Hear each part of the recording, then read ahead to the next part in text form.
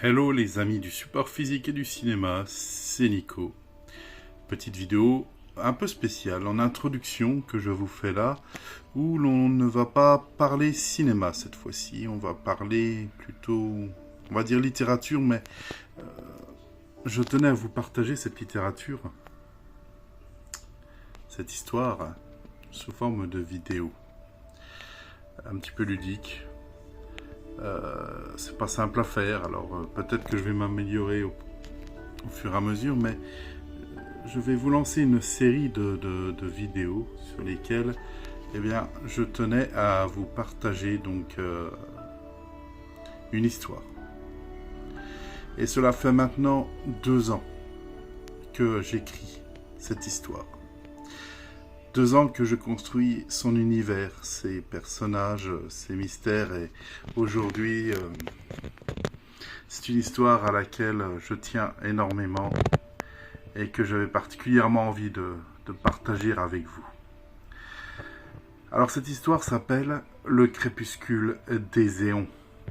Alors tout commence en Irlande, dans la région de Cork, et c'est là que nous rencontrons K.A. et Tom, ces 2 jeunes gens de 18 ans. Et en fait, je vous fais un petit briefing. Au départ, leur monde est le nôtre. Un monde parfaitement ordinaire. Mais certaines rencontres vont peu à peu fissurer cette réalité. Une vieille femme aveugle, un mystérieux professeur, bref, je vais pas vous spoiler, une étrange encyclopédie, et des légendes irlandaises qui semblent beaucoup moins légendaires qu'elles ne devraient l'être. À partir de là commence donc un voyage que je préfère ne pas vous raconter. Parce que le crépuscule des éons est avant tout une histoire qui se découvre. Et j'espère que vous aurez autant envie de découvrir le secret que moi j'ai pu les imaginer. Donc, mes amis, voici donc la première vidéo d'introduction de cette œuvre que je me suis donné tant de peine à écrire et qui à ce jour n'est toujours pas finie. Cette relation avec le cinéma, c'est que vous verrez, l'écriture est somme toute tout à fait cinématographique. Et je vous la repartage donc en vidéo. Voilà mes amis, j'espère que vous prendrez plaisir. Mettez-moi des commentaires quand même pour me dire ce que vous pensez, tout simplement de cette œuvre que j'ai envie de partager aujourd'hui avec vous. Allez, je vous laisse découvrir la vidéo. Allez, ciao. Le crépuscule des éons. Chapitre 1. K. K n'aimait pas son prénom. Ou plutôt, elle n'aimait pas qu'on l'utilise. À vrai dire, personne ne semblait vraiment savoir quel était son véritable prénom. Même au lycée, les professeurs s'étaient résignés à l'appeler ainsi, comme si le reste avait disparu avec le temps. K.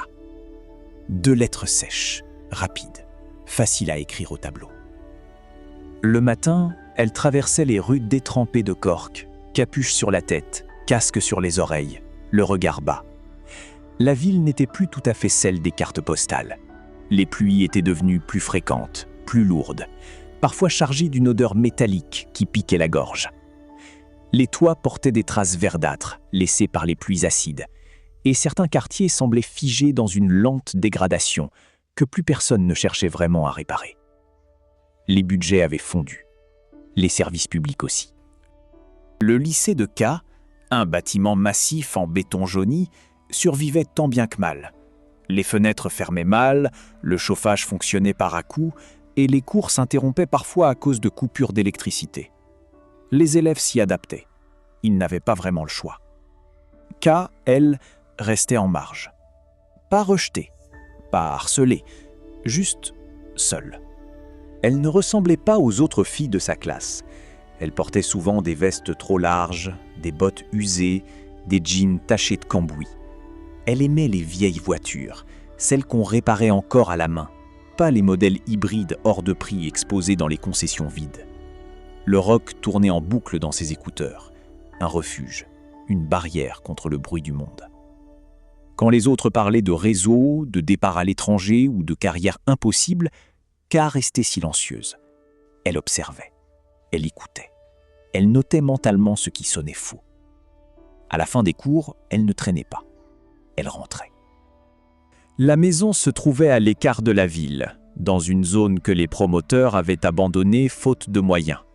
Une petite bâtisse ancienne, aux murs fatigués, coincée entre une route secondaire et la lisière d'une forêt que personne n'entretenait plus vraiment.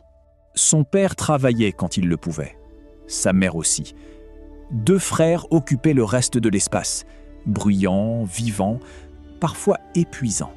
Ka avait sa chambre sous les combles, une fenêtre donnant directement sur les arbres.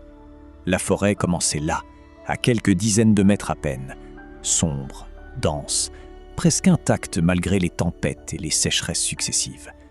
C'était là qu'elle respirait. Elle faisait partie d'une petite association écologiste locale. Une poignée de bénévoles, pas vraiment subventionnés, qui tentaient de protéger ce qu'il restait. Nettoyer les ruisseaux, empêcher les coupes sauvages, signaler les zones contaminées. Ka ne parlait pas beaucoup pendant ses actions, mais elle était toujours la première à arriver, la dernière à repartir. La nuit, pourtant, tout changeait. Ka dormait mal. Ses rêves n'étaient jamais reposants. Il n'avait rien de spectaculaire, pas de grandes visions claires, pas de scènes grandioses. C'était pire que ça. Des impressions, des sensations, des présences. Elle voyait parfois des silhouettes immobiles au bord des routes, des formes blanches, floues, qui semblaient attendre quelque chose. Parfois, elle entendait des voix, pas des mots, des appels, des plaintes étouffées, comme portées par le vent. Elle se réveillait alors en sueur, le cœur battant trop vite, persuadée d'avoir entendu quelqu'un l'appeler. Mais personne n'était là. Elle n'en parlait pas. Pas à ses parents, pas à ses frères. Seulement à Tom. Tom était différent. Il n'insistait pas quand elle se taisait. Il l'écoutait, sans chercher à expliquer. Il aimait son sourire fatigué, ses silences, ses colères rentrées. Il se retrouvait souvent dans un vieux garage désaffecté, près d'un terrain vague envahi par les herbes folles. Il bricolait une voiture qui ne roulerait sans doute jamais vraiment. Elle le regardait faire, assis sur un pneu usé, un pudding à la banane partagé entre eux. Ces moments-là semblaient encore réels. Ce soir-là, pourtant, quelque chose était différent. La pluie avait cessé, brutalement, laissant derrière elle une odeur lourde de terre humide. Ka resta longtemps immobile devant sa fenêtre, observant la lisière de la forêt. Les arbres semblaient plus sombres que d'habitude, plus proches. Un bruit attira son attention. Un froissement, puis un autre. Pas un animal, pas vraiment. Elle fronça les sourcils. Son cœur accéléra légèrement.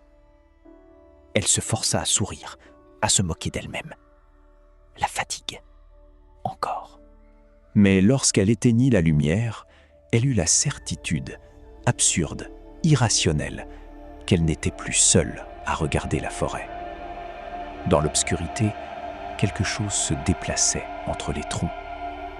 Pas une forme précise, pas une menace claire, juste une présence. Ka recula d'un pas, la main posée sur le rebord de la fenêtre. Elle inspira profondément.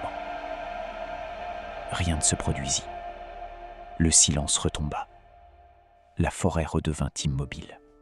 « Tu deviens parano », murmura-t-elle pour elle-même. Pourtant, cette nuit-là, elle rêva encore. Un chant lointain, un cri étouffé, et ce mot, toujours le même, murmuré comme une évidence qu'elle refusait d'entendre. Ka. Elle se réveilla avant l'aube, le souffle court, le regard tourné vers la forêt noyée dans la brume. Sans savoir pourquoi, elle sut que quelque chose venait de commencer.